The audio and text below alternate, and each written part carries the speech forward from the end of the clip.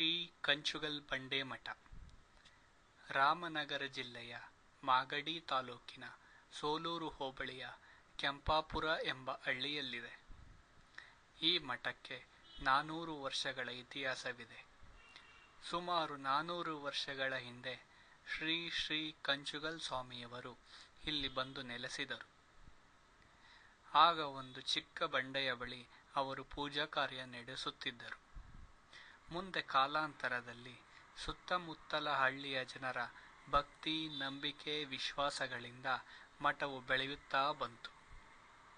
1962-63ರಲ್ಲಿ ಶ್ರೀ ಶ್ರೀ ಶಿವರುದ್ರ ಸ್ವಾಮಿಯವರು ಇಲ್ಲಿನ ಸುತ್ತಮುತ್ತಲ ಹಳ್ಳಿಯ ಮಕ್ಕಳಿಗಾಗಿ ಹಾಗೂ ಬೇರೆ ಅನಾಥ ಮಕ್ಕಳಿಗಾಗಿ ಉಚಿತ ವಸತಿ ಶಾಲೆಯೊಂದನ್ನು ಶುರು ಮಾಡಿದರು.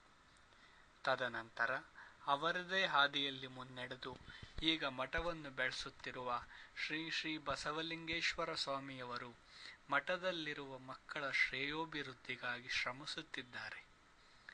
ಇದಕ್ಕೆಲ್ಲ ಬೆನ್ನೆಲುಬಾಗಿ ತುಮಕೂರಿನ ಶ್ರೀ ಶ್ರೀ ಶಿವಕುಮಾರ ಸ್ವಾಮಿಯವರು ನಿಂತಿದ್ದಾರೆ.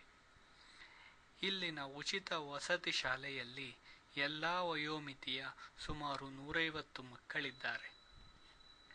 ಬರೀ ಇಲ್ಲಿನ ಸುತ್ತಮುತ್ತಲ ಹಳ್ಳಿಯ ಮಕ್ಕಳಷ್ಟೇ ಅಲ್ಲ, ದೂರದ ಉತ್ತರ ಕರ್ನಾಟಕದ ಜಿಲ್ಲೆಗಳಾದ ಗುಲ್ಬರ್ಗ, ರಾಯಚೂರು ಮುಂತಾದ ಜಿಲ್ಲೆಯ ಮಕ್ಕಳು ಇಲ್ಲಿದ್ದಾರೆ. ಅಷ್ಟೇ ಅಲ್ಲ, ಬೇರೆ ಪಕ್ಕದ ರಾಜ್ಯಗಳಾದ ಆಂಧ್ರ, ತಮಿಳುನಾಡು ಮಕ್ಕಳು ಕೂಡ ಇಲ್ಲಿದ್ದಾರೆ. ಎಲ್ಲ ಮಕ್ಕಳಿಗೂ ಉಚಿತ ವಸತಿ, ಶಿಕ್ಷಣ ಹಾಗೂ ಆಹಾರವನ್ನು ಕೊಟ್ಟು ಅವರ ಉತ್ತಮ ಭವಿಷ್ಯತ್ತಿಗಾಗಿ ಶ್ರೀಯವರು ಶ್ರಮಿಸುತ್ತಿದ್ದಾರೆ.